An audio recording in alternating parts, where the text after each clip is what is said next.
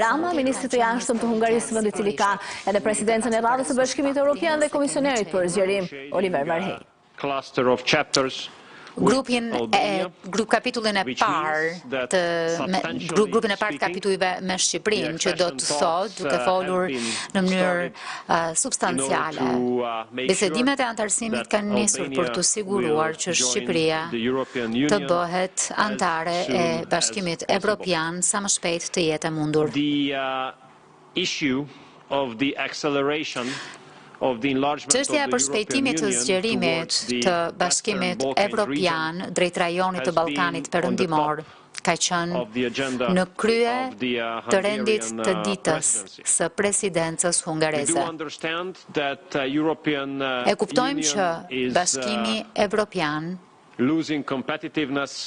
po humbet konkurrueshmëri, po humbet peshën e tij kur vjen fjala për politikën globale dhe ekonominë botërore.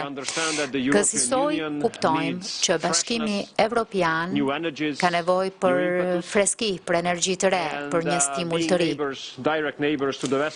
Duke qenë fqinj të drejt për drejt me rajonin e Ballkanit Perëndimor, duke e njohur mirë rajonin, e dim që kjo freski, kjo energji e re për të cilën kemi nevojë do të vijë absolutisht nga hapësira e Ballkanit Perëndimor. Përjedhoj është në interesin e mirëfillt europian që zgjerimi i Bashkimit Evropian drejt Ballkanit Perëndimor të përshpejtohet. Nga ana tjetër, ne duhet të ndërmarrim hapa urgjente për të ruajtur besueshmërinë e politikës së zgjerimit. E konsiderojmë politikën e zgjerimit si një prej më të rëndësishmeve të Bashkimit Evropian dhe na duhet të kuptojmë që kjo politikë ka humbur besueshmëri gjatë kohëve të fundit, duke pasur parasysh faktin se koha mesatare e pritjes së vendeve kandidate në Ballkanin Perëndimor ka tejkaluar tashmë 15 vjet. Kjo është thjesht e papërshtatshme. Na duhet të përshpejtojmë procedurën e zgjerimit tani.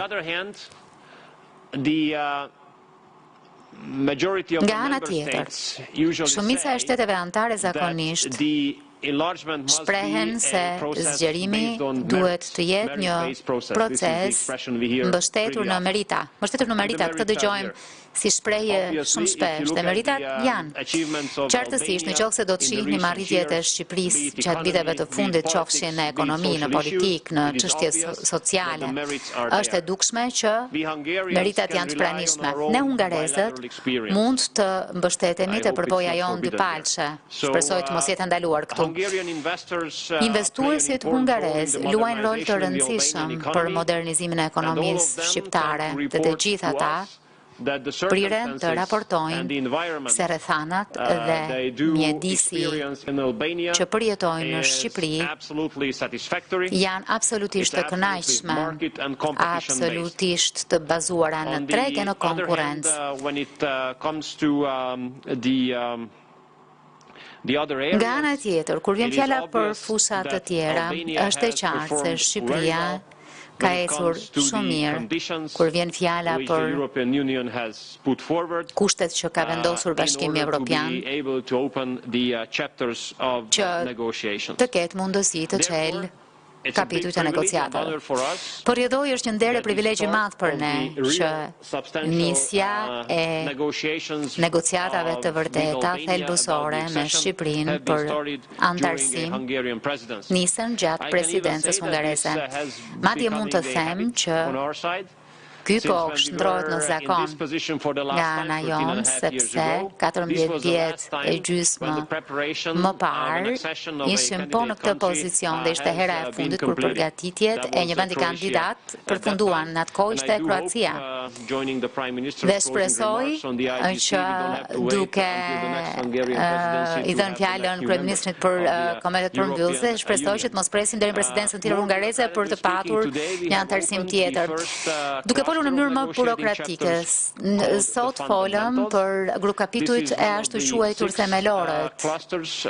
Janë 6 grup kapituj të cilët duhet të negociohen tej. E dim sepse nuk ka kaluar shumë kohë që kur jemi bërë antar të Bashkimit Evropian. E dim që procesi i bisedimeve, procesi përgatitor është vërtet i vështirë, kompleks, i fort, dhe e dim që përvoja ka rëndësi këtu. Kështu që kur kryeministri na nderoi me vizitën e tij të premten e kaluar në Budapest, ram dakord që Akademia Diplomatike e Ministrisë Punëve të Jashtme në Hungari do të ofrojë trajnim për 50 pjesëtar të administratës publike shqiptare në mënyrë që ata të mund të kontribuojnë në procedurat e antarësimit dhe përgatitjet në përgjithësi. S'fundin radhë, por jo nga rëndësia, më duhet të them që ne jemi të vendosur drejt për drejt si fqinj të Ballkanit Perëndimor dhe zhvillojmë një politikë mjaft përgjegjshme të fqinjësisë, sepse e dim se si ndihesh në fqinjësi kur ka paqe, qetësi, zhvillim dhe stabilitet në zonën e Ballkanit Perëndimor dhe kur përjeton mungesën e gjithë kësaj. Dhe ne e dim që procesi i integrimit mund të ndihmojë për ta bërë Ballkanin Perëndimor më të zhvilluar, me më stabilitet e më të sigurt. Por jetoj, Hungaria është e përkushtuar të shoqërojë Shqipërinë në rrugtimin e saj drejt Bashkimit Evropian. Ne do të bëjmë më të mirën në këtë drejtim. Do doja të falenderoja kryeministrin që nuk humbi durimin gjatë muajve viteve të fundit për të vazhduar dedikimin e përkushtimin e tij dhe mund t'ju premtoj që do të përgjigjem reciprokisht këtij dedikimi dhe këtij durimi. Nga ana tjetër, dua të njoh meritat e komisionerit për zgjerimin, jo për shkak të shtetësisë së tij, por për atë çfarë ka bërë gjatë 5 viteve të fundit. Mendoj që për punën e tij flet më shumë letra e nënshkruar nga 4 udhëheqës Ballkan Perëndimor për fshi kryeministrit, dërguar presidentes së komisionit ku theksoheshin arritjet që ishin përftuar gjatë mandatit të komisionerit. Të dy, faleminderit kryeministri, faleminderit komisioner që më nderuat për të qenë pjesë e këtij momenti historik. Faleminderit. Faleminderit shumë, ministër, kryeministër, fjala është për ju. Mirëmëngjesi edhe një herë të gjithëve. Jam vërtet i lumtur që gjendem këtu së bashku me ministrin Siarto në cilësinë e tij si kryesues i mbledhjes së dytë të konferencës ndërqeveritare në Shqipërinë dhe komisionerin Barhelji në vijim të një seance emocionale, do të thoja dhe të suksesshme të konferencës që e sjell Shqipërinë më pranë Bashkimit Evropian. Mund të mos duket e këshillueshme së fundmi të shihesh me Hungarinë, po ja ku jam, jo vetëm me një, por me 2 hungarez. Dhe mund t'ju them që ndihesh mjaft mirë dhe mjaft i sigurt. Kështu që presidencës hungareze që ka luajtur një rol mjaft të rëndësishëm në këtë proces, duke nxitur përpara, gjithashtu dhe faleminderit komisionerit Barhelji dhe ekipit të tij që na kanë ndihmuar e mbështetur për gjatë gjithë rrugës për 5 vite të gjata, sfiduese dhe jo fort lehta për ta thënë butë. Dhe faleminderit gjithë shtetetve anëtare, fal tyre, qëndroj këtu përpara këtij hapi mjaft domethënës drejt antarësimit të Shqipërisë në BE. Dhe është me të drejtë një ditë e rëndësishme, me domethënie historike për Shqipërinë dhe shqiptarët, por në këndvështrimin tim edhe për Bashkimin Evropian.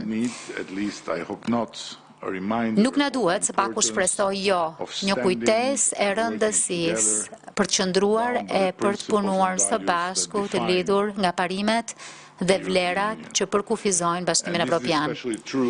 Kjo është veçanërisht e vërtet në këto kohra sfiduese, kur një mori krizash na janë qasur me nevojën për të bërë më pranë e përqendruar të gjithë së bashku dhe nevojën e mirëfillt për të përballur me veten dhe për të kuptuar mënyrën për të ecur përpara. Për fat të keq, dhe këtë nuk e shmang dot pa e thënë,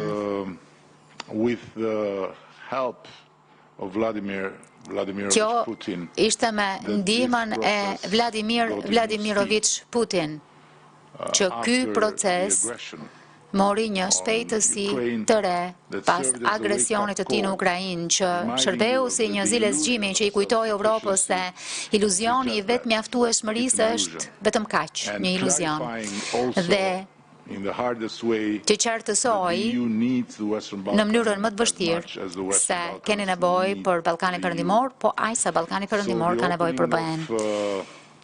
Kështu, çelja e grup kapitullit të themelorëve sot me 5 kapitujt kryesor plus 3 kriteret përbën një arritje të madhe dhe besoj për të dyja palët, qoftë Shqipërinë ashtu dhe BE-n, dhe shënjon një gur themel historik në rrugtimin e përbashkët drejt ribashkimit tërësor europian. Dje isha në Berlin për procesin e Berlinit dhe një gazetar më pyeti nëse Shqipëria ka një plan B, në rast se BE-ja edhe një herë vonon apo e ndërlikon procesin, ashtu siç sinqerisht ka bërë në të shkuarën. Dhe po, për fat të keq është e vërtet që herëherë BE-ja mund të jetë e padrejtë dhe është treguar e padrejtë ndaj vendeve kandidate, u tregua e padrejtë ndaj nesh, ku hodhi poshtë vetë rekomandimet e komisionit të vetë, mbështetur në fakte e në atë çfarë e bën Komisionin Evropian, raport hartuesin më të besueshëm për të nisur bisedimet me Shqipërinë më shumë se sa një herë. Megjithatë, ne shqiptarët nuk mund të kemi një plan B kur vjen fjala për liri individuale, sundimin e ligjit dhe demokracinë funksionale. Historia na ka mësuar në mënyrën më të vështirë se kjo nuk mund të gjehet apo madje dhe të garantohet jashtë sferës së BE-s. Këto janë A-ja, B-ja dhe C-ja e mënyrës jetesës evropiane. Zgjedhja e një alternative ndaj antarësimit të plot në BE do të ishte të hiqet dorë nga mënyra jetesës që më së fundi zgjodhëm pasi duruam epoka errësire në perandori e regjime që na u imponuan. Për ne nuk është një retorik pro-europiane, është çështje jete a vdekjeje. Për ëndrrën tonë që t'u lëm prezave të ardhshme një vend ku liria individuale është e padiskutueshme, ku sundimi i ligjit respektohet e ku demokracia funksionon për gjithëkënd. Alternativat ndaj kësaj ëndre janë vetëm makthe të llojeve të tjera. Gjendemi këtu sot sepse Shqipëria ka përmbushur në mënyrë absolutisht gjitha parakushtet për të nisur këtë fazë të antarësimit dhe mbetet e palëkundër në vendosmërinë e saj për të përmbushur të gjitha detyrimet e ardhshme. Do ta bëjmë këtë së bashku me partnerët tanë përmes negociatave, me angazhime të qarta e përmes punës së madhe. E bëjmë me përpjekje ripërtërire për të forcuar arritjet e bëra në reformën e drejtësisë, duke nxitur një sistem gjyqësor më transparent, më llogaridhënës dhe ju thash edhe sot atë çfarë u kam thënë zyrtarëve që për herë të parë në historinë tonë që shprekur se Shqipëria u bë shtet sovran në 1912-ën, po shohim hetime të profilit të lartë dhe figura politike që akuzohen apo dënohen përpara një gjykate të pavarur, pavarësisht lidhjeve të tyre me partinë në pushtet apo me të tjerë. Do ta bëjmë këtë edhe duke luftuar korrupsionin dhe krimin e organizuar në çdo nivel për të garantuar sigurinë e sigurimin e qytetarëve tanë e për të merituar vendin tonë në tryezën e BE-s. Institucionet tona të reja të drejtësisë, të lindura nga reforma më tërësore themelore në drejtësi që është ndërmarrë nga një vend kandidat përpara se sa të hyjë në BE, po shënojnë përparime domethënëse, krah agjencive, listë patuese, partnerëve evropian. Ky progres vetëm sa do të thellohet më tej. Do ta bëjmë këtë duke mbrojtur e ruajtur të drejtat e njeriut, sigurisht në një shoqëri gjithëpërfshirëse që nderon diversitetin dhe ruan të drejtat e grupeve të pakicave duke siguruar përputhshmërinë me standardet evropiane ndërkombëtare të drejtave të njeriut. Ne kemi zbatuar tashmë një kuadër mjaft progresiv ligjor bazuar në standardet e Këshillit të Evropës, duke shërbyer si një shembull i shëndritshëm për shumë të tjerë, përfshi edhe vende brenda Bashkimit Evropian, kur vjen fjala për angazhimin për një shoqëri gjithëpërfshirëse ku të gjitha pakicat janë të barabarta dhe të mbrojtura njësoj. Dhe vullneti ynë për të jetuar në frymën letër të legjislacion do të përplotësohet së shpejti me aktet nënligjore. Do ta bëjmë këtë duke forcuar funksionalitetin e integritetin e kuadrit ton demokratik me administratë publike që udhëhiqet nga parimet e efikasitetit, transparencës e meritokracisë. Do të ndërtojmë punën mbi punën e shkëlqyer të një ekipi të madh negociatorësh kombëtar gjatë fazës sfiduese të kontrollit legjislacionit me BE-n dhe do ta forcojmë këtë administratë publike në shërbim të qytetarëve tanë dhe të ardhmes sonë në Bashkimin Evropian dhe ky është momenti për të falendëruar shumë kryeministrin Orban dhe qeverinë e tij që na kanë treguar qysh prej ditës së parë e kanë theksuar kur unë vajta në Budapest vullnetin për të ndihmuar për ciljen e dijeve që Hungaria ka përftuar gjatë procesit të vet të afrimit dhe më pas të antarësimit në Bashkimin Evropian. Kësaj jam shumë mirënjohës miku im i dashur Peter edhe për këtë angazhim të fundit të Akademisë huaj të shkëlqyer të Ministrisë Jashtme për t'u vënë në shërbim të rritjes të aftësive e nivelit të kapaciteteve tona negociuese. Nuk duhet marrë më shumë kohë. Më lini ta përmbyll duke shprehur bindjen se çdo sukses që Shqipëria arrin në procesin e integrimit në BE duhet të shihet po kështu si një hap tjetër përpara për të gjithë rajonin. Edhe një herë, më shumë se kur, BE-ja ka nevojë për Ballkanin Perëndimor, po aq sa Ballkani Perëndimor ka nevojë për BE-n. Duke treguar rrugën drejt BE-s, duke qëndruar fort vlerave parimeve të tij është një shprehje mjaft e gjallë e këtij angazhimi. Dhe vendet tona mund të kenë mjaft dallime dhe të jenë faza të ndryshme të procesit, por një gjë është e njëjtë kudo: dëshira për të qenë pjesë e këtij bashkimi, që është projekti më i suksesshëm i paqes dhe zhvillimit që ka krijuar njerëzimi. Për Shqipërinë nuk ka tjetër të ardhme, nuk ka vend tjetër e nuk ka rrugë tjetër pos së ardhmes son në BE, vendit ton brenda BE-s dhe rrugës së BE-s. Faleminderit. Faleminderit shumë, kryeministër, komisioner Varhelji, fjala është për ju. Faleminderit shumë.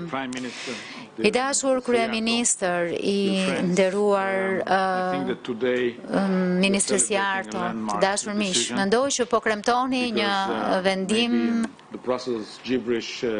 mjaft rëndësishëm sot, sepse ndoshta jargoni i procesit duket shumë teknik që hapëm kapitullin e parë të negociatave, por kjo nën kupton që tashmë është qelur rruga për bisedimet thelbësore, çka nën kupton që tashmë do të negociojmë kushtet në të cilat Shqipëria do të jetë anëtare e Bashkimit Evropian. Kjo është ajo çfarë po ndodh sot.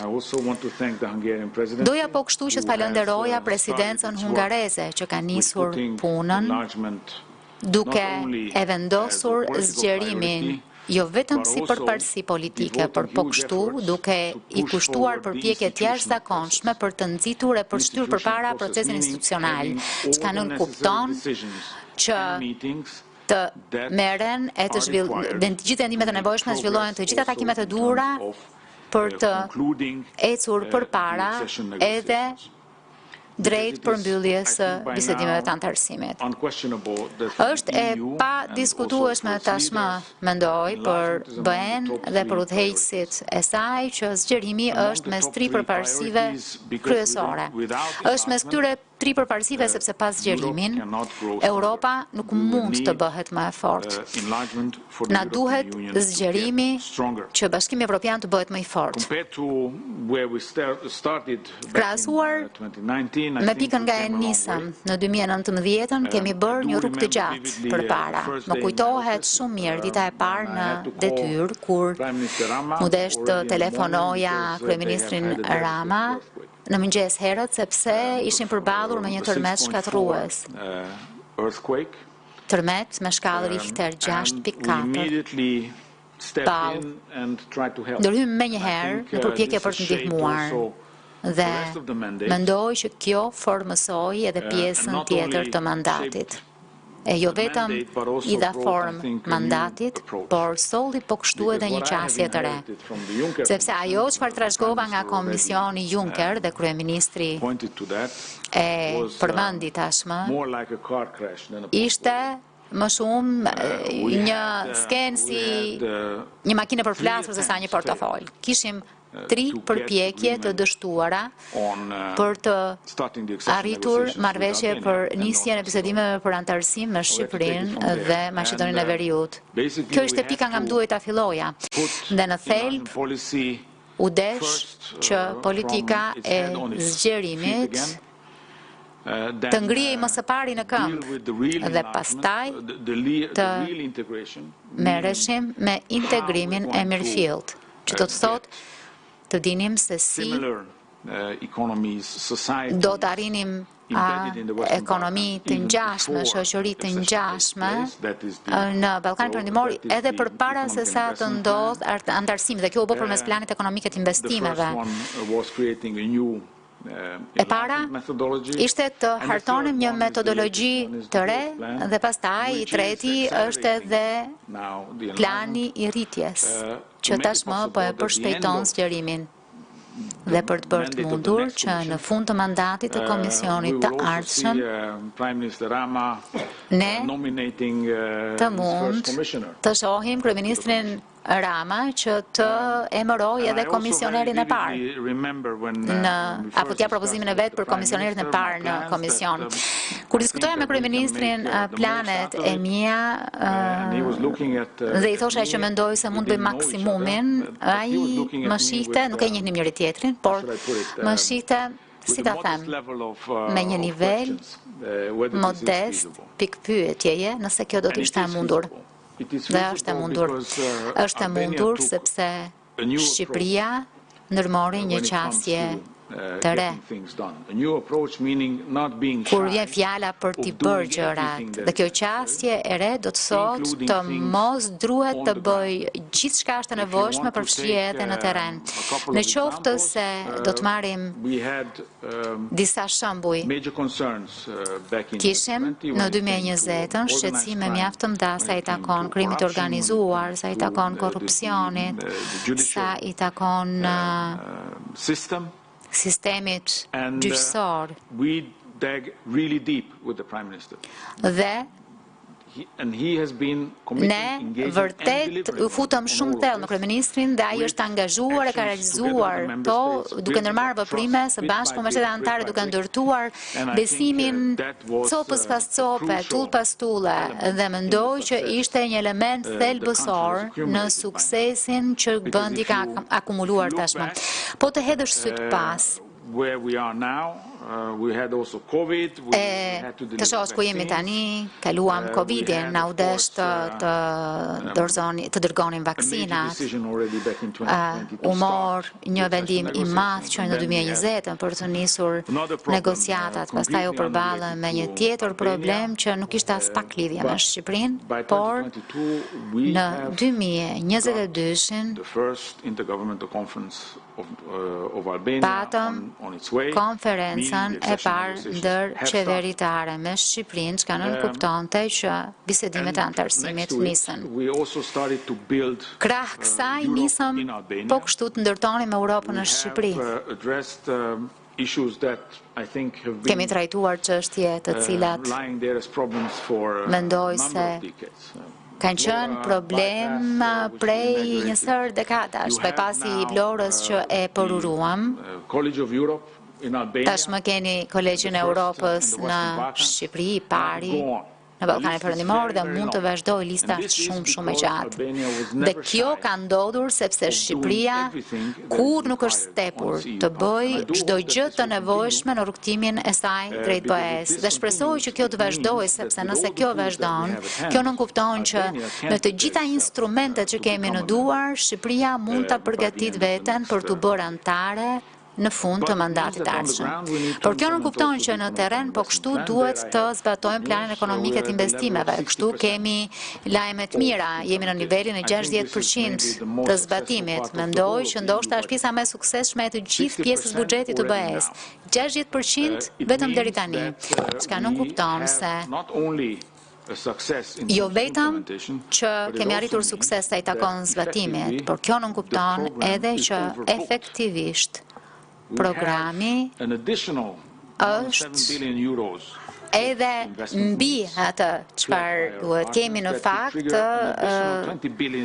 7 miliard për nevoja investime që mund të nxisin edhe 20 miliardësh tjetër investime në rajon, investime në ekonomi, jo investime në përgjithësi, investime që do të krijojnë një ekonomi të re dhe një shoqëri të re në Ballkanin Perëndimor. Qoftë tek ndërlidhshmëria, energjia, mjedisi, qoftë trajtimi i mbetjeve apo ujrave të ndotura. Në të gjitha aspektet e jetës së përditshme, Europa, Bashkimi Evropian, po e përshpejton ritmin dhe ndërkohë pret që ju të ndërmerrni reformat e nevojshme që ju të bëheni antar.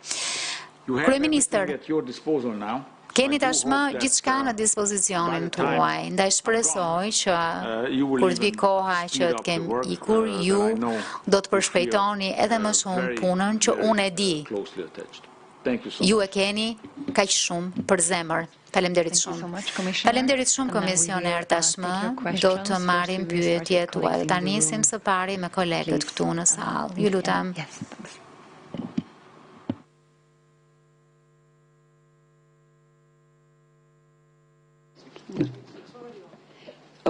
Mirë, faleminderit shumë për durimin gjithashtu. Jam Rosi Burchard nga Deutsche Welle. Kryeministër, pyetja e parë për një tipar më të gjerë të Europës.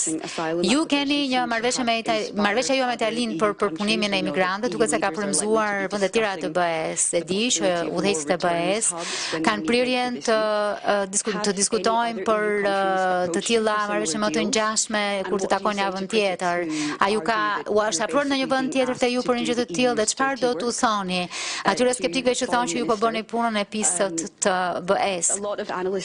Ministrit jashtëm, shumë analistë thonë që mënyra e vetme që BE-ja të zgjerohet në mënyrë të besueshme është të heqë votën unanime, po kështu të ashmang bllokimet e votave në blok.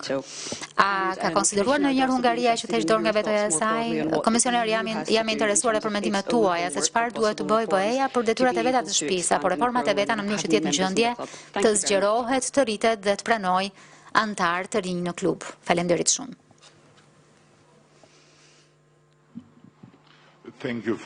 Faleminderit për pyetjen.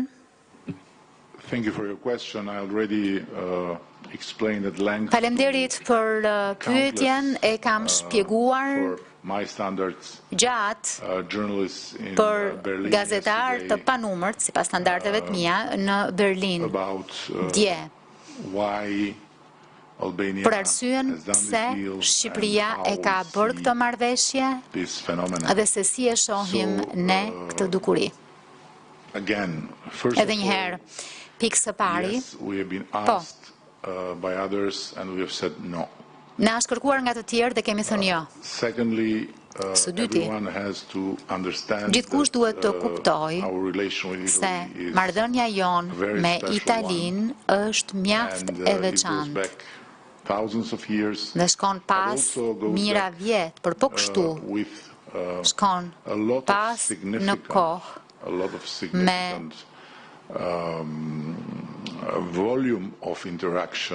një volum, shumë volume, do me thënë se ndërveprimi gjatë më shumë se 30 viteve të fundit, që shprej se dolëm nga gropa e ferrit e regjimit më mizor komunist në Evropë, kur u larguam me qindra mira nga brigjet tona dhe Italia hapi krahët për ne, apo kur Italia erdhi të na shpëtonte nga një katastrofë e mundshme financiare pas rënies së skemave piramidale. E duke ardhur te ditët e tërmetit që komisioneri Varhelyi i përmendi me të drejtë si fillesë e rindërtimit ton të kësaj marrëdhënieje, kur pjesëtarët e ndërhyrjes shpejt italiane ishin të parët që erdhen e që rrezikuan jetën e tyre për të shpëtuar jetët e atyre shqiptarëve në rënoja. Kështu që kjo është shumë e rëndësishme. Dhe në qoftë se kjo për Italinë ka qenë punë e pistë, atëherë na duhet të reciprokojmë.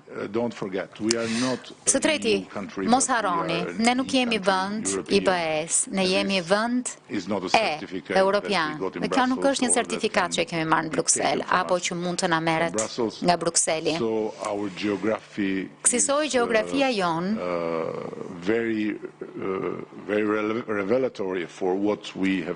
flet shumë për atë çfarë kemi bërë me Italinë. Dhe po, në qoftë se ka ndonjë gjë për t'u përpunuar, për t'u zhvilluar mbi këtë model, duhet jetë në shkallët e epërmet apo nivelet e epërmet të Bashkimit Evropian dhe të Ballkanit Perëndimor. Dhe kjo është një arsye tjetër, kjo dukuri, për të kuptuar pse Bashkimi Evropian dhe Ballkani Perëndimor duhet të qëndrojnë pranë e të punojnë afër me njëri tjetrin.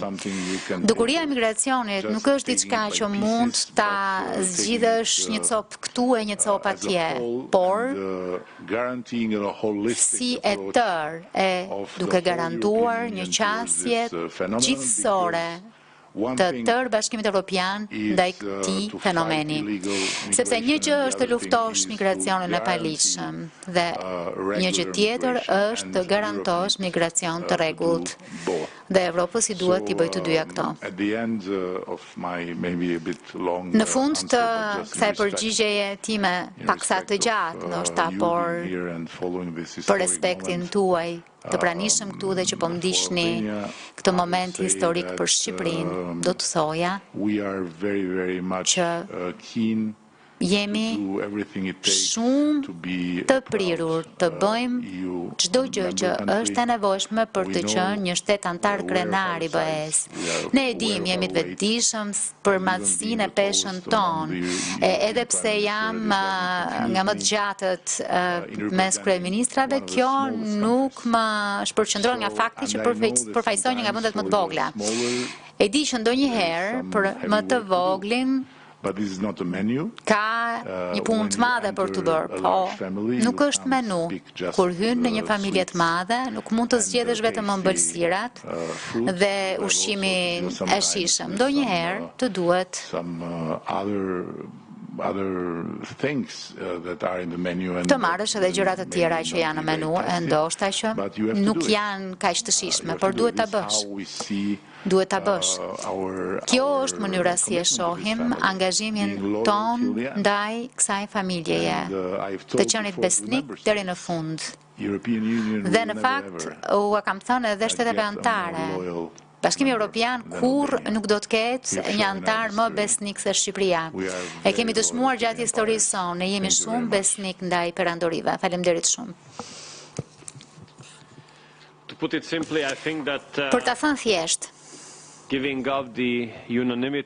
mendoj që heqja dorë nga kushti i unanimitetit do të çonte në shkatrimin e Bashkimit Evropian. Do t'ja u them pse, sepse në rast se unanimiteti do të eliminohej, do të ndikonte, do t'ulte rolin e vendeve të mesme dhe të vogla, sepse në rast mos nevoje për unanimitet, do t'ishin të mdhenj që do të vendosnin për çështje të rëndësishme. Kështu që puna e vendeve të mesme të vogla do t'jetë vetëm të thonë po, we, yes, e kështu me radhë. Po nuk është kjo mënyra se si duhet trajtuar një vend. Nuk është rastësore pse funksionimi i Bashkimit Evropian është mbështetur në traktate, në metodologji, pjesë e cilave kërkojnë unanimitet kur merren vendime për çështje të rëndësishme. Më duhet po kështu të them se ato vende anëtare, të cilat e përmendin unanimitetin si pengesë të zgjerimit, në thelb thjesht po kërkojnë justifikime. Për të thënë pse nuk janë entuziast për zgjerimin, sepse më besoni, në qoftë se do të më duhet të emërtoj hapësirën ku hipokrizia apo fushën ku hipokrizia është në krye në BE, atëherë zgjerimi do të ishte një prej tyre. Sepse tjetër flasin kolegët e mi përpara audiencës, tjetër midis tyre. Dhe për fat të keq më duhet të them që disa prej tyre nuk thonë të njëjtën gjë pas dyrave të mbyllura e përpara. Pra ne po përpiqemi që ata që thonë diçka ndryshe mbas dere të thonë në fund të ditës të njëjtën gjë. Si të gjithë. Për mënyrën se si BE-ja duhet të reformohet për të mirëpritur anëtar të rinj. Mendoj që Komisioni ka qenë mjaft i qartë për faktin se konfigurimi aktual institucional i traktateve është përsosmërisht në gjendje të mirëpres anëtar të rinj. Vazhdoj të besoj që është kështu. Ne e shohim zgjerimin dhe reformat e brendshme si diskutime paralele. Dhe më e mira është që t'i ruajmë kështu, paralele. Në të kundërt, do të bëhet i gjithë një proces ku jemi në kërkim të shpirtit, si thonë. Kjo është njëra prej gjërave. Një tjetër gjë është që kemi një mundësi unike përpara nesh. Dhe kjo është arsyeja pse kam këmbgulur kaq shumë për pranimin e anëtarëve të rinj në fund mandatit të ardhshëm. Po ta shihni kalendarin, presupozohet që të krijojmë një MFF të re nga 2027. Këtu e shoh se duhen bërë ndryshimet më të mëdha për të qenë në gjendje që të mirëpresim anëtarë të rinj. Pra, kur të krijohet, kjo MFF e re duhet të ketë hapësirë për këtë dhe ky është një tregues i ri për të parë nëse BE-ja do të mirëpresë anëtar të rinj në fund mandatit tjetër. Faleminderit, pyetja tjetër. Denata Shkodrani, Albanian Public Television. Denata Shkodrani, Televizion Publik Shqiptar. Kjo është një ditë e rëndësishme për Shqipërinë. Urime, Kryeminist Rama. Dua të di çfarë hapash do të ndërmerrni për ta përfunduar këtë proces përpara 2030-s. Faleminderit. Faleminderit. Është synimi ynë ta përmbyllim këtë proces brenda kësaj dekade dhe të jemi gati të trokasim në dyert e Këshillit Evropian si shtet antar. Kjo sigurisht është shumë ambicioze. Do të kërkoj një volum të jashtëzakonshëm pune. Kemi punuar shumë pranë me komisionin dhe kemi hartuar së bashku një udhërrëfyes, edhe një herë mjaft ambicioz. Kemi një plan dhe po kështu mbështetemi te miqt dhe partnerët tanë për të na ndihmuar të arrijmë këtë gjë. Dhe kur them të na ndihmojnë, kjo është dy kahshe, jo vetëm politikisht, ku për fat të mirë kemi mbështetje mjaft të madhe, por edhe teknikisht, ku kemi nevojë për dije. Kemi nevojë për mbështetjen e trurit. Duke bërë të gjitha këto, jam shumë besim plot që për sa na takon, ne do të përmbushim të gjitha standardet apo piketat e ndërmjetme. Një koncept që hyri sot në jetën time dhe do të më persekutoj për pjesën tjetër të kësaj dekade. Derisa do të vim këtu dhe me shpresë do të dëgjojmë që kemi përmbushur këto standardet të ndërmjetme. Dhe pastaj, natyrisht, ka të bëjmë me vendimarrjen politike, por deri atëherë, çfarë është e rëndësishme për ne është ta bëjmë Shqipërinë si një vend antar në mënyrën se si funksionon, në mënyrën se si i bën gjërat, në mënyrën e të qenit. Dhe kjo është gjëja më e rëndësishme, sepse nuk duam që Shqipëria të largohet, të marrë çanta dhe vinë në Bruksel. Duam që Bashkimi Evropian të jetë në Shqipëri.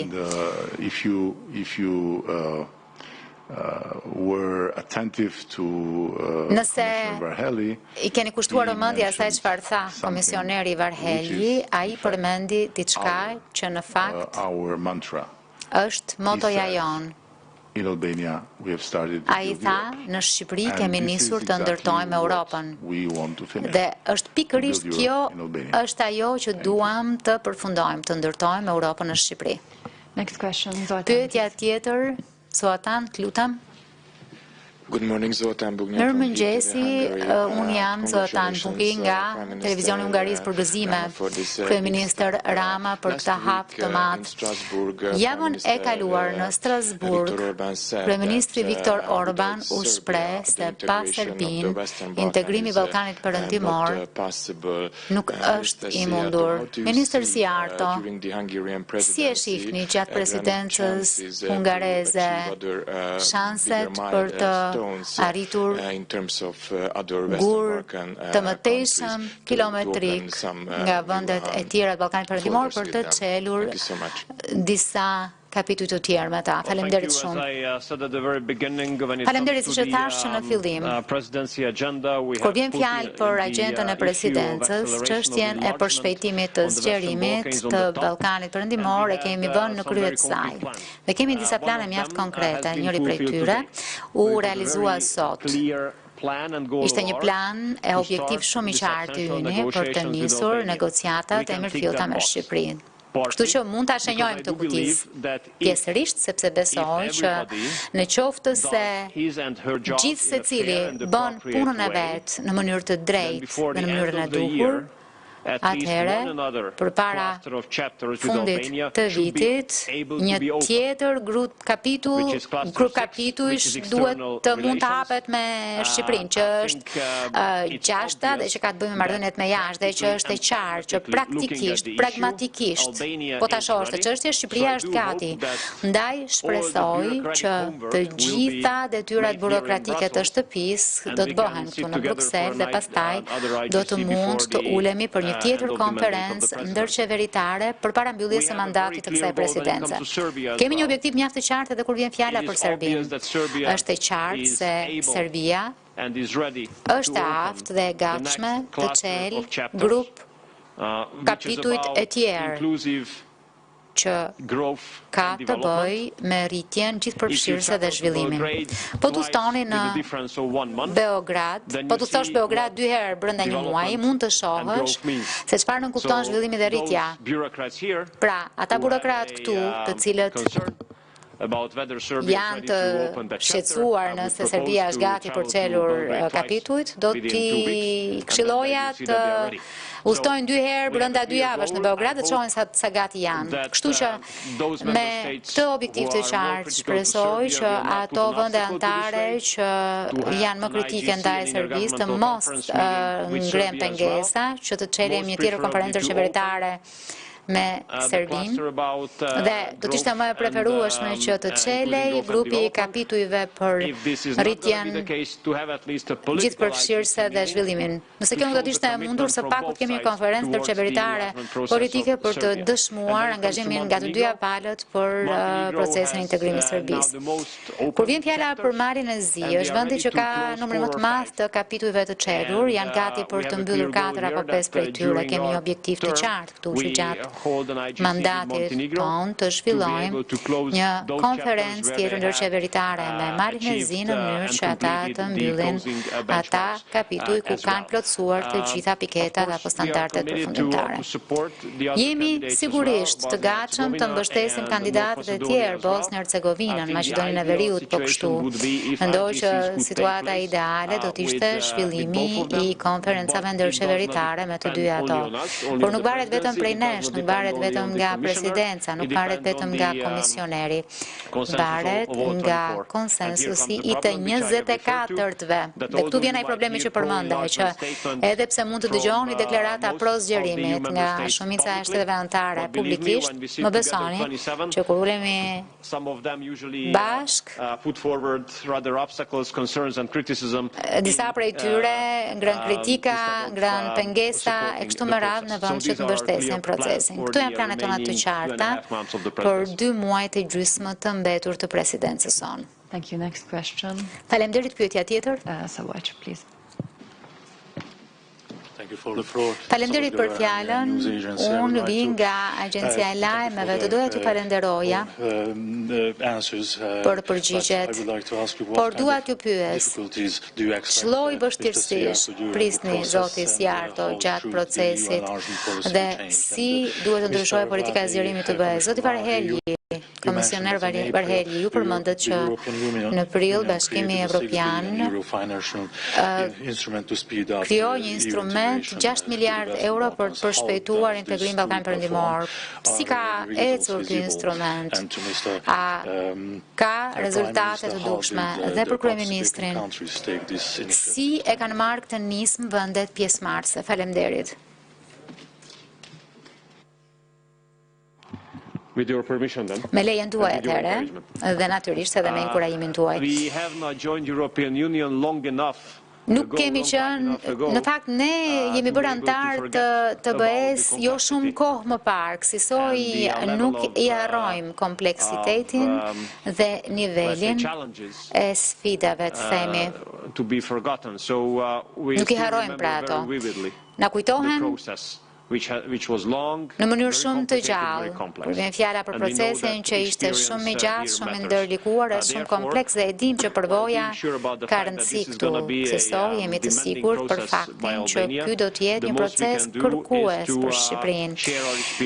Në maksimumi që mund të bëjmë është të ndajmë përvojën tonë, ashtu siç kemi bërë Moldavinë, siç kemi rënë dakord me Bosnjë-Hercegovinën dhe tashmë edhe me Shqipërinë për procesin e trajnimit nga akademia jonë për administratën publike. 50 prej tyre do të marrin pjesë në Shqipëri për të marrë njohuritë, ekspertizën dhe përvojën e nevojshme për mënyrën se si të ecet përpara me procedurat e antarësimit. Ne do të jemi këtu të pranishëm edhe për te presidencës krah Shqipërisë për t'i ndihmuar për gjatë gjithë procesit.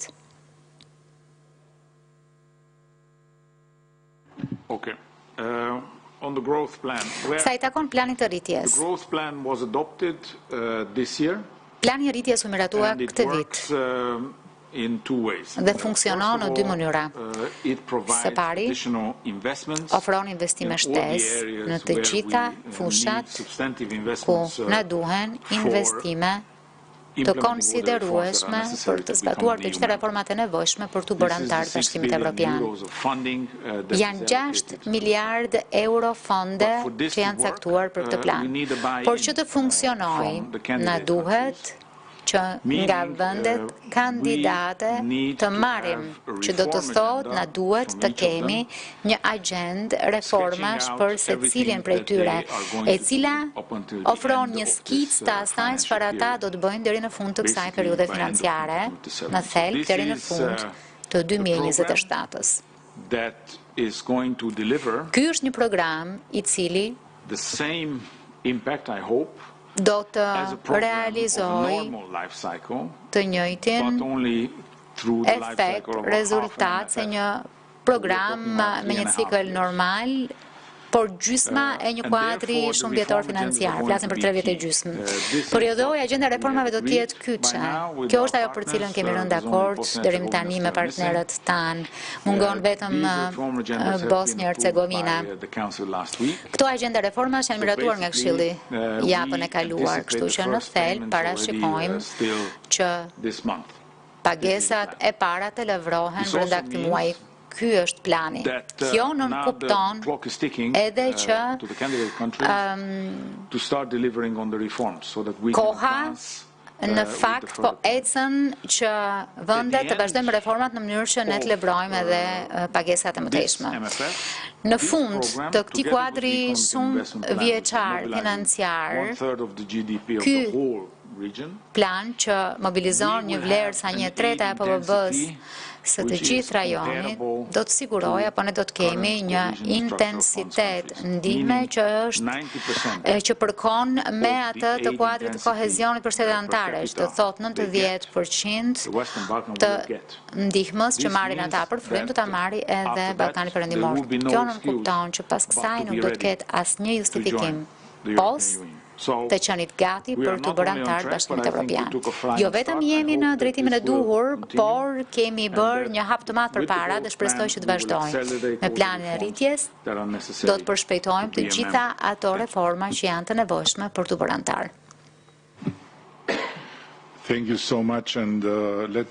Faleminderit shumë. Më lini t'ju them se kur hyra në këtë korridore një dekadë më parë, ju betohem, flokët e mi kishin shumë më tepër ngjyra. 10 vjet kanë qenë një rrugë e gjatë dhe kur mendoj që gjatë këtyre 10 viteve Shqipëria ka dyfishuar PBB-n e saj, thuaj se ka trefishuar pagën e vet minimale, ka dyfishuar pagën mesatare në sektorin publik, ka ulur borxhin nën 60%, ka rritur investimet e huaja direkte, është shndruar në destinacionin më në mod e më intensiv të turizmit në Evropë, që ka patur rritjen më të madhe të udhëtimit në aeroporte, duke kaluar nga një shifër e ulur prej 1 milion turistësh në vit, më shumë përqendruar te shqiptarët nga vendet përreth, në më shumë se sa 10 milion tani më. Dhe kur shoh që në procesin e integrimit kemi ndryshuar kaq shumë gjëra së bashku me komisionerin Varhelyi dhe komisionin von der Leyen, sepse hym në një dinamik të re dialogu e mirëkuptimi me njëri tjetrin, që nuk mund të jetë o gjithçka, o asgjë o gjithçka në fund, por duhet jetë diçka midis kësaj, dhe siç e thash edhe Putini na ndihmoi. Jemi tashmë kemi shumë gjëra të reja, të cilat nuk ishin kështu për vendet të tjera kur u përpoqën të bëheshin antar të Bashkimit Evropian. Plani I rirritjes është pjesë e kësaj.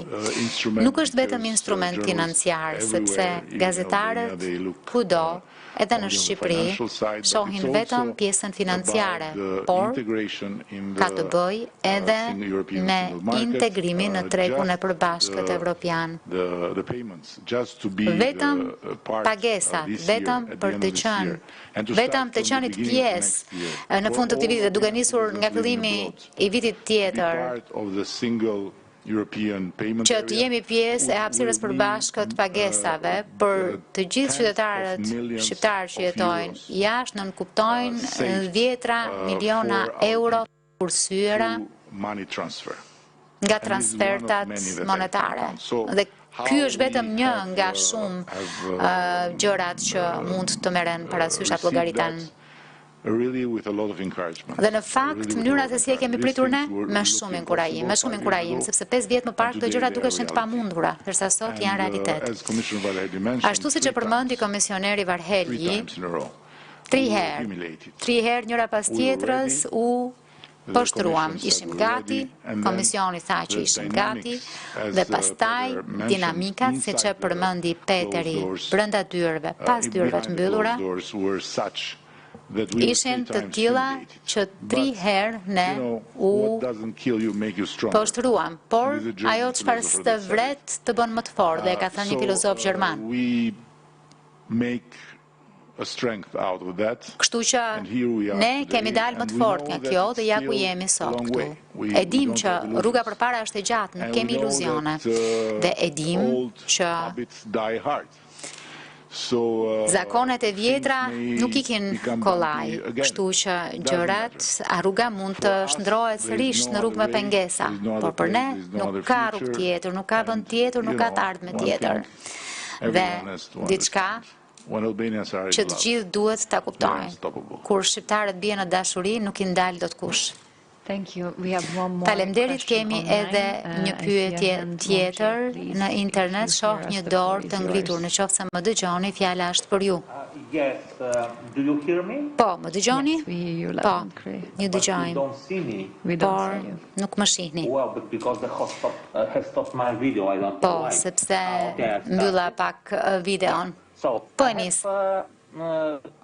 Së pari mirëmëngjesi dhe urime. Kam 3 pyetje.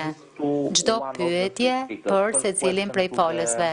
Pyetja e parë për komisionerin Varhelyi. Komisioner, sot BE-ja në fakt ndau shkëputi Shqipërinë nga Maqedonia e Veriut. A ka ndonjë shans që këto vende të ribëhen bashkë dhe çfarë duhet ndodhë për këtë? Dhe e dyta, për ministrin Zjarto. Ministër, çfarë synon të bëjë Hungaria për ta ribashkuar Shqipërinë me Maqedoninë e Veriut? Dhe pyetja e tretë për kryeministrin Rama. Shkëlqësia juaj. Ju e keni sulmuar Bullgarinë më shumë se një herë për politikën e saj kundrejt Republikës Maqedonisë Veriut. Pasi 2 vendet u shkëputën nga njëri tjetri, tashmë, a mendoni sërish që kishit të drejtë për ato sulme? Faleminderit shumë. Duket se kjo është e vetmja pyetje për të cilën jeni interesuar, edhe pse nuk ka të bëjë me konferencën ndërqeveritare të Shqipërisë sot. Megjithatë jam i lumtur që përgjigjem. Më lini t'ju korrigjoj në përgjigje, sepse në qoftë se të dyja vendet ishin bashkë në një farë mënyre, por jo ligjërisht kur, politikisht ndoshta, duke nisur të dyja vendet e kanë nisur konferencën e parë ndërqeveritare në mënyra dhe në sfera mjaft të ndryshme në 2022. Nuk është e re që Shqipëria po ecën rrugtimin e vet, sepse është proces i bazuar në meritë, kjo vlen edhe për Maqedoninë e Veriut.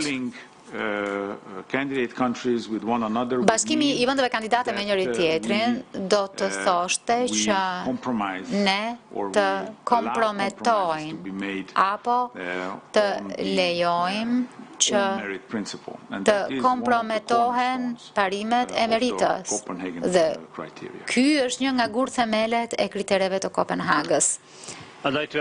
Dua të theksoj se Shqipëria e ka merituar të nisë bisedimet thelbësore që është për një kohë të gjatë, dhe unë besoj që edhe Maqedonia e Veriut do të meritonte po kështu të niste bisedimet e mirëfillta thelbësore.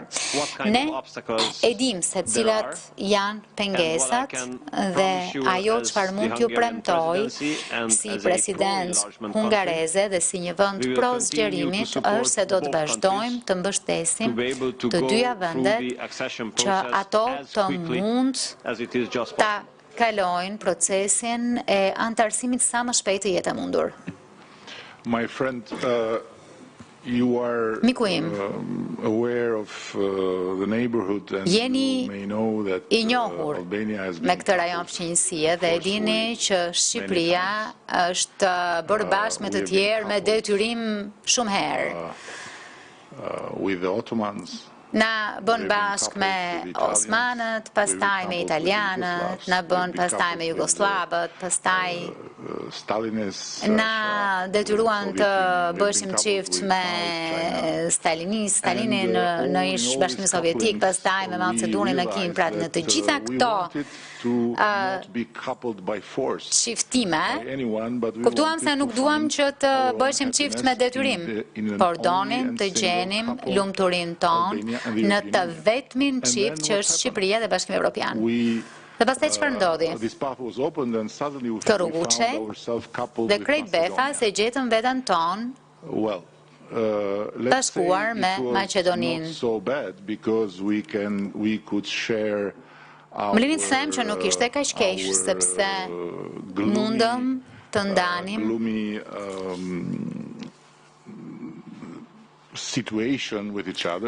situatat tona të zymta me njëri tjetrin, dukeshim pak si Vladimiri dhe Estragoni në pritje të Godos. Dhe aso kohë, Brukseli dukej fiks një imitim i Samuel Becketit, por nuk mendoj se kjo ishte diçka që ju apo ne duhet ta shihnim apo duhet ta shohim si një histori të pafundme. Më duhet të them që ndihemi vërtet të trishtë e them me sinqeritet këtë gjë që vëllezërit tanë të Maqedonisë Veriut ende nuk kanë qenë në gjendje të hyjnë në këtë fazë të procesit, ndërkohë që kanë qenë mes të parëve në mos të parët fare që kanë nisur procesin. Ndaj, kur flas për poshtërimet tona, 3 herë, njëra pas tjetrës, na u refuzua nisja e bisedimeve të antarësimit, ndihem një farsoj pak në siklet, sepse më duhet mendoj për poshtërimin Maqedonisë Veriut. Ajo ndryshoi madje dhe emrin që të mund të ta niste këtë gjë. Kështu që po, i qëndroi gjithçkaje që kam thënë për miqtë tanë bullgar, sepse historia nuk mund të jetë arsye për të ndalur bisedimet e antarësimit për asnjë vend.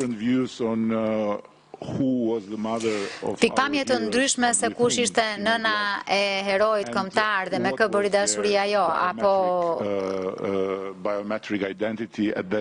cili ishte identiteti biometrik në atë kohë dhe me kë kishin lidhje kur vendosën të bënin dashuri, janë tema shumë interesante për historianët, por nuk mendoj se janë pjesë e gjithçkaje që na lidh për të bërë pjesë e Bashkimit Evropian. Kjo vazhdon të jetë e vlefshme, nuk është sulm kundër miqve tanë bullgar. Thjesht po themi diçka të dukshme. Për ne e për mua, arritja e Bashkimit Evropian është të mësosh ta shohësh rrugën të shkuar me sytë të ardhmes, jo të ardhmen me sytë të shkuar, sepse kjo do të sillte ndërligime. Së fundin radhë jo nga rëndësia dhe përsëris dhe me qëra fjala, dje në takimin e procesit të Berlinit të gjithë pa përjashtim deklaruan se bilaterizim, pra vendosja në nivele dypalçe e procesit të antarësimit në drejt Bashkimit Evropian është diçka e stëmur, sepse në qoftë se vendos të proces mbi baza dypalçe, vetëm sa i bën dëm një vendi, vetëm sa i bën dëm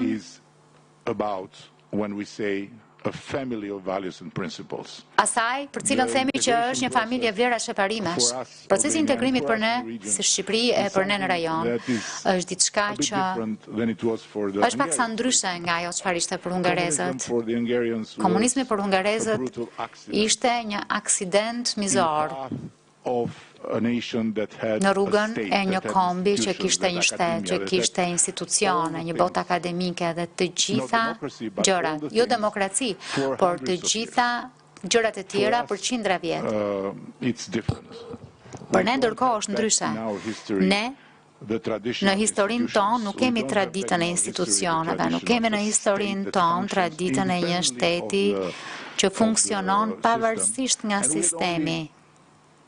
Dhe kishim vetëm 50 vjet shtet komunist, krejt i pa dobishëm për integrim në Europë dhe disa vite përpjekjesh për bërjen e një shteti përpara kësaj. Kështu që të na ndalosh të ecim përpara me bisedimet, duke vënë përpara, duke sjell pretendime dypalçe, apo duke na vënë në shërbim të zgjedhjeve në vendet anëtare të Bashkimit Evropian, është të na ndalësh oksigjenin, të na ndalësh dijet që vijnë nga kjo ndërtesë, nga ky kompleks institucionesh, që do të thotë dije se si ndërtojmë institucionet, se si të bëjmë reformat, se si të sigurohemi që vlerat, parimet, standardet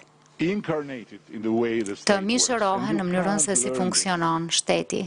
Këtë nuk e mëson dot nga librat. Këtë nuk e gjen dot askund. Afganistani dështoi, Iraku dështoi.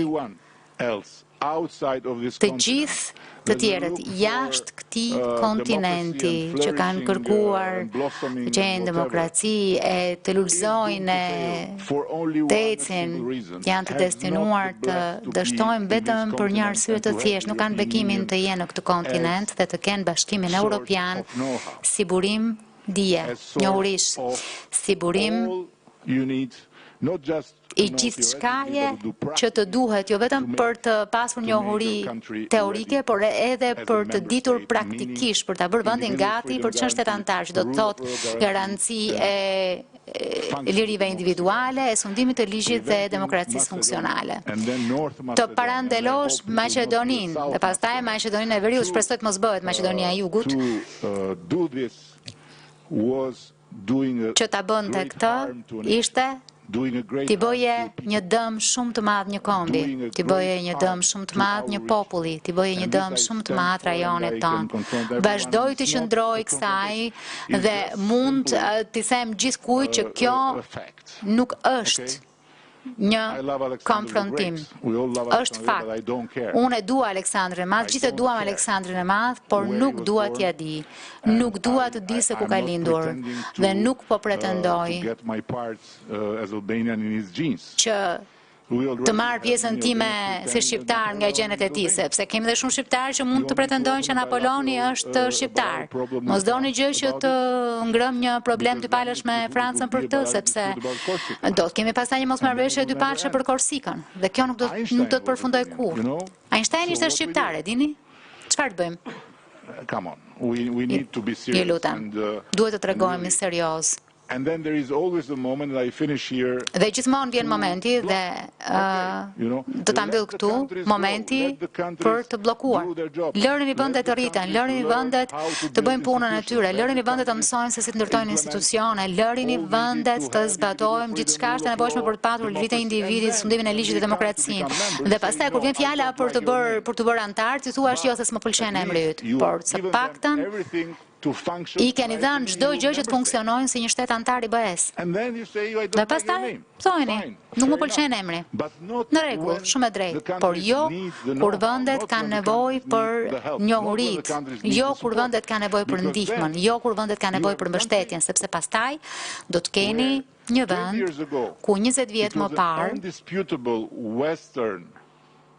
Euro-Atlantic community kishte një komunitet të padiskutueshëm perëndim pro Euroatlantik dhe sot shihni kush është në krye të Maqedonisë Veriut, se nuk dua të kemi telefonat nga kolegu grek që të më thotë se Maqedoni, jo, është e Veriut. Faleminderit. Kjo e përmbyll konferencën tonë të shtypit. Faleminderit shumë që ishit këtu, kryeministër, ministër, komisioner. Faleminderit shumë, shihemi së shpejti.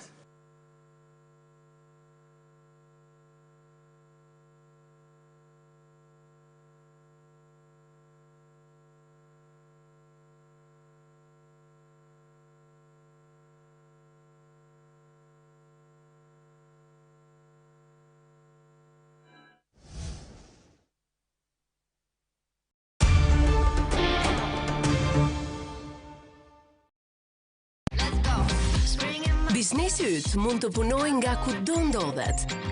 Biznesi yt mund të punojë më shpejt për